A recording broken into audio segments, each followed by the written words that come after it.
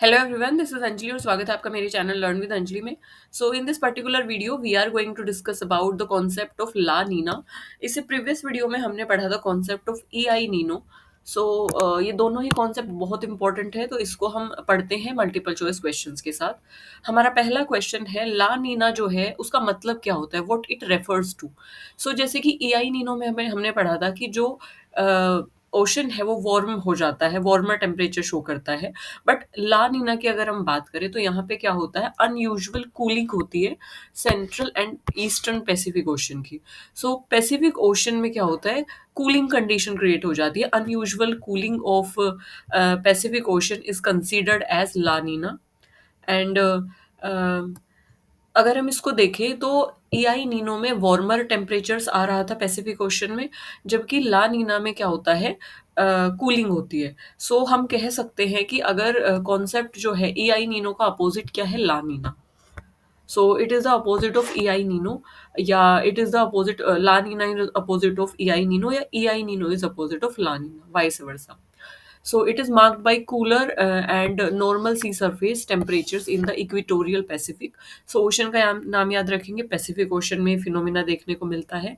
La Nina is considered the, ला नीना को क्या consider किया जाता है, इसको कंसिडर किया जाता है cold phase of ENSO. ENSO क्या था हमारा, El Nino southern oscillation. So it is the cold phase of ENSO, यानी कि El Nino southern oscillation का कोल्ड फेज है। And it has two phases, warm जिसको southern oscillation के basically दो फेजेस हैं। वार्म को हम बोलते हैं El Nino, and cold को हम बोलते हैं La Nina. So southern oscillation it is basically ENSO, El Nino southern oscillation का वार्म जो फेज होगा that is El Nino, और कोल्ड जो होगा that is La Neena.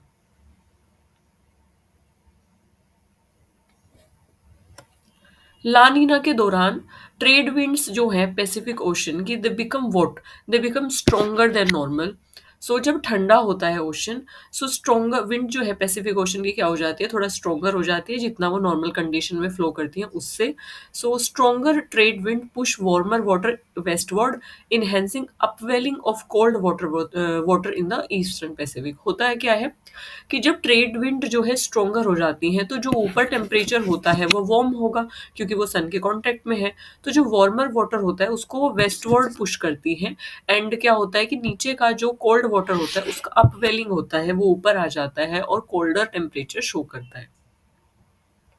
Which of the following regions generally receive above normal rainfall during La Nina? किस area में, किस reason में नॉर्मल से ऊपर, नॉर्मल से ज़्यादा रेनफॉल देखने को मिलती है जब ला नीना का ये जो ड्यूरेशन है वो चल रहा होता है। सो इंडिया और ऑस्ट्रेलिया में इस रीजन में we generally receive normal, more than normal rainfall या above than normal rainfall. So La Nina strengthen monsoon circulation in India, जिसकी वजह से हमें नॉर्मल से ज़्यादा रेनफॉल देखने को मिलती है। And this is also same condition in Australia also. So La Nina generally cause, La Nina की वजह से क्या देखने को मिलता है, ला नीना की वजह से स्ट्रॉन्ग मॉनसून देखने को मिलता है, स्ट्रॉन्ग रेन देखने को मिलती है। La Nina enhances the Indian monsoon, often leading to excess rainfall and floods. तो जिसकी वजह से, एक्सेस रेनफॉल की वजह से फ्लड भी आ जाती है, क्योंकि लानिनो को आप एसोसिएट करेंगे कोल्ड से। जब भी ठंडी होगी कहीं पे या ठंडा होगा मौसम, मॉनसून आएगा, रेनफॉल होगी, सो ये सब चीज़ें होंगी। सदर्न ओसिलेशन इंडेक्स की अगर हम बात करें तो ला नीना के दौरान it is usually what, it is usually positive.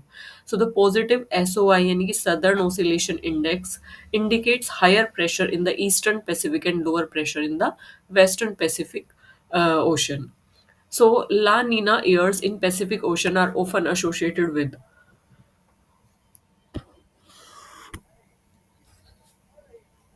so La Nina years in Pacific Ocean they are associated with flood in Australia and Southeast Asia. अगर ला नीना का जो ड्यूरेशन जब होता है तो उस टाइम पे फ्लड आती है ऑस्ट्रेलिया और साउथ ईस्ट एशिया में। ड्रोट आती है साउथ अमेरिका यानी पेरू और चिले की side. Cooler global temperature, global temperature बहुत ठंडा हो जाता है। तो ऑल ऑफ द अबव इसका आंसर होगा। अच्छा, ग्लोबल टेम्परेचर को क्यों बोला गया, ग्लोबल इसलिए बोला गया है क्योंकि पैसिफिक ओशन में ये फिनोमिना देखने को मिलता है। और पैसिफिक ओशन जो है हमारे वर्ल्ड का सबसे लार्जेस्ट ओशन है, जितने भी ओशन सबसे लार्जेस्ट हमारा पैसिफिक ओशन है। सो इतने बड़े लेवल पे जब कोई चीज़ अफेक्ट होगी, सो कहीं ना कहीं वो पूरे ग्लोब को क्या करेगी, प्रभावित करेगी, क्योंकि पैसिफिक ओशन के आसपास बहुत सारे कॉन्टिनेंट्स हैं। सो कहीं ना कहीं बहुत सारे कॉन्टिनेंट अफेक्ट होंगे और उसके अंदर जो देश है वो भी अफेक्ट होंगे, तो इसलिए ग्लोबल टेम्परेचर बोला गया है। So La Nina event generally occur every, La Nina के जो इवेंट है जनरली वो 2 से 7 सालों में हमें हर साल देखने को मिलते हैं। हर साल in the sense after they occur after 2 to 7 2 and 7 years. So like EI Nino La Nina event reoccur irregularly. So they reoccur irregularly usually every 2 to 7 years. तो वो हर बार हमें देखने को मिलते हैं after certain time. Which phenomena is the opposite of लानीना, कौन सा phenomena लानीना का अपोजिट है, तो वो है ईआई नीनो, जिसको कि वार्म फेज कहा गया है, और लानीना कोल्ड फेज है एनसो का। So which of the following impact is often link to La Nina globally, इसमें से कौन सा इम्पैक्ट जो है लानीना से ग्लोबली कनेक्टेड है। तो स्ट्रोंगर एटलांटिक ह्यूरिकेन्स देखने को मिलते हैं जब लानीना होता है, तो ट्रेड विंड्स जो है काफ़ी स्ट्रॉन्ग हो जाती हैं, जिसकी वजह से it reduces wind shear in Atlantic Ocean and it allow more intense hurricane to form. तो इसकी वजह से क्या होता है, विंड शेयर जो है कम हो जाता है अटलांटिक ओशन का जो पानी है, तो वहाँ पे क्या होता है कि बहुत इंटेंस ह्यूरिकेन्स देखने को मिलते हैं। So this is about La Nina, and इससे प्रीवियस वीडियो में हमने ई आई नीनो के बारे में पढ़ा था। So, if you have any query, any suggestion regarding this video, so please feel free to drop that query in the comment section. Apart from that, इसमें जैसे कि हमने ला नीना ई आई नीनो का कॉन्सेप्ट जब हमने देखा, तो ट्रेड विंड पे क्या इफेक्ट होता है, फेज कैसा होता है, किस ओशन में होता है, ये सारी चीज़ें हमने पढ़ी। पर एक क्वेश्चन है जो रिपीट होता है जनरली, और पहले भी आया है वो यूजीसी नेट में, जो कि इसमें मेंशन नहीं है, तो उसको मैं अलग से बता देती हूँ।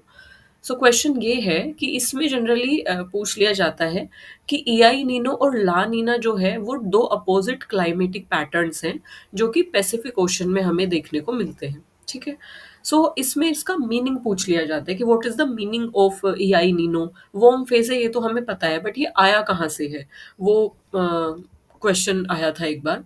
इसके अलावा ला नीना का पूछ लिया जाता है। सो इसको आप ऐसे याद करेंगे, ईआई नीनो जो है, ये जो है पर्शियन एक वर्ड से आया है, नहीं सॉरी स्पेनिश से आया है। सो ईआई नीनो का मतलब है, El Nino El Nino refers to the little boy, इसका मतलब है द लिटिल बॉय स्पेनिश में। ठीक है, स्पेनिश में इसका मतलब है द लिटिल बॉय। अगर हम बात करें ला नीना की, ला नीना की सो सो ला नीना का मतलब होता है the little girl,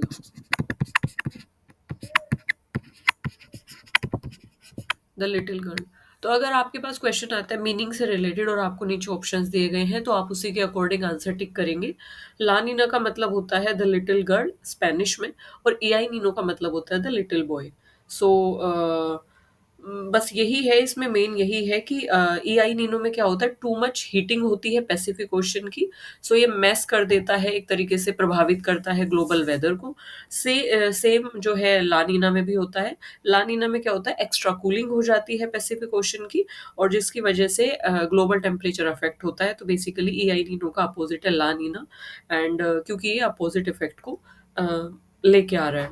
so this is how you can relate it, this is how you can learn it, और ये इसका मतलब है। सो आप एक लर्न कर लीजिए, या तो ई आई नीनो लर्न कर लीजिए, या तो ला नीना लर्न कर लीजिए, जिससे आप कंफ्यूज ना हो और जिससे आपकी ये चीज़ें ये याद रहें। सो this is it in this video, and thank you for listening me so patiently. Next video में मिलते हैं, बाय बाय।